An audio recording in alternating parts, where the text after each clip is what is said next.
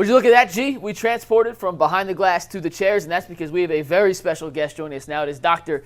Jesse Morse, a sports physician, to help us kind of understand the injury that DESHAUN Watson has suffered. Doctor, I know you specialize in this kind of thing. It's a glenoid fracture. What does that mean for people like myself who are not medical professionals? So unfortunately, DESHAUN has another new injury that is not really connected to his first injury, believe it or not. This one is a glenoid fracture that is what we call displaced, and I'll describe that in a second. But the shoulder has basically two parts. You have the ball and socket joint, the main part of the shoulder, and then you have the AC joint, which a fair share of people injure as well. This is specifically to the ball and socket. The ball and socket has the upper arm, which is the ball, and then the socket itself is actually the glenoid, and the back part of the glenoid is the scapula or the shoulder blade. The problem here is that he likely suffered a dislocation and popped the ball out of the socket. But what happened was he actually fractured a little piece of the rim, and it came off with it. And now he has a piece of that bone separated from the main part of the bone. And that's why they call it displaced. That's a very important word, and that's the reason why he can't return this year. You know, doctor, when we talk about it, and you take, he has a bone and it's dislocated from the other piece. We had some comments that came out that DESHAUN wanted to just shoot it up and play. What would have been some of the downsides to just trying to play through an injury like this, and what is the long-term ramifications of somebody trying to play through another season or the rest of the season with this type of injury? So unfortunately, because it's displaced, it wouldn't have been able to stabilize his shoulder. He would have had, that piece would have started to rub and tear against the labrum, causing further labral damage. And it also would have tore against the cartilage inside on the glenoid and on the humerus. And when that happens, that's going to cause arthritis. That's going eventually. That will cause it. And the problem is that won't go away. Eventually, that would have wore his shoulder down so much so that he would have had throbbing, aching, swelling, just pain constantly. And there's not a whole lot you can do to do that, to fix that. And eventually, he probably would have had to have a shoulder replacement. So what you're saying is the fact he went 14 for 14 in the second half, a near perfect performance despite hurting his shoulder in the second quarter, is he maybe even more remarkable than we kind of gave it credit for in the moment? Had to be a Yeah, I mean, from what Coach said, it was before the half that he actually suffered it. We saw him leave. Walker went on the field for that deep throw. And DESHAUN also confirmed to have a left high ankle, kind of a moot point at this point. But, that's why he left the game, as far as we know. But in actuality, it's probably before the injury, before the halftime. So that means he basically came out and played the second half. But remember, he's hot. There's plenty of adrenaline going. He probably had some discomfort, but it wasn't enough for him to be concerned. But when he shuts the thing down, the inflammation starts, and then you finally realize, hey, there's a piece of bone that's dislodged, and the labrum's probably beat up. There's just no way that you can safely send him back. A, because it's going to be just not safe, and B, because of how much money he's owed, and it's a throwing shoulder injury. It's not like it's his non-throwing shoulder. In that regard, maybe you give him a week or two, or put a brace on him, and it's fine. But you can't do that with a throwing shoulder, unfortunately. Doctor, moving forward, the timetable, we look at it. He missed a lot of time with the the other injury, and obviously he had the micro tear. What's the timetable for the recovery of something like this? Right now, we're in the middle of November.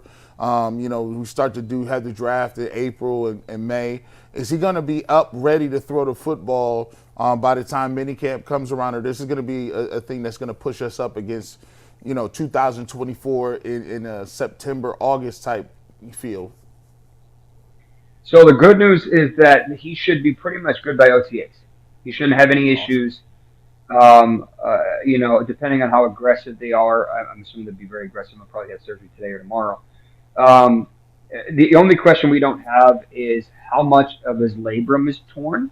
My suspicion is, and you can Google this, you all, if you want, that the specific definition of what he had is what we call a bony Bankart, Bankart lesion, which basically means you dislocate the shoulder, you pop a piece of in order to hold the ball, to hold in the socket, the labrum actually holds that ball in the socket. So the only way it can pop out is if you tear the labrum and allow it to pop out. Well, normally they pop out without any issues. This time, unfortunately, there was so much force that it actually popped out and pulled a piece of bone with it. So the question is, how much do they have to repair of the labrum?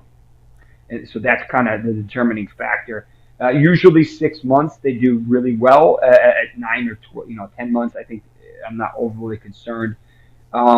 This one should be, the data wise is pretty good. Not very common. This is a pretty rare injury for a throwing quarterback, but it can happen, obviously. And I'm not expecting a whole lot of changes. He'll have to work on his mechanics and so on and so forth after he comes back. But I think he'll be he'll be good to go probably by June, July of next year. Well, that's definitely a positive timeline for Browns fans. You mentioned it's a rare injury for quarterbacks. Yeah. Maybe asking why is a dumb question, but I feel like a shoulder injury to a quarterback. How did this happen as opposed to your normal shoulder injuries that we see quarterbacks sustain on a pretty regular basis? Yeah. So the only one that I could find a history of, and sometimes they're just not commented on specifically enough. Drew Brees had something very similar, but we don't know exactly what his injury was. It could have been even worse than this. That was before his career really ever began, if that gives you any hope. And then Sam Darnold had a similar injury. It was probably not as bad and probably in a little bit of a different location back in 21. And he's a backup, but he's competed for the job, so he was looking pretty good. Traditionally, when we think of a shoulder injury in a quarterback, it's usually secondary to landing directly on the top of the shoulder, which is the AC joint. That's what happened to Anthony Richardson and Derek Carr and Josh Allen, and just the list goes on and on. But this had to be in a different, either he got hit directly like this, meaning like directly as opposed to on top, he had to get hit directly, or his shoulder, instead of landing on it on the ground, he didn't land like this. He landed where the shoulder had to be popped, usually either that way or this way.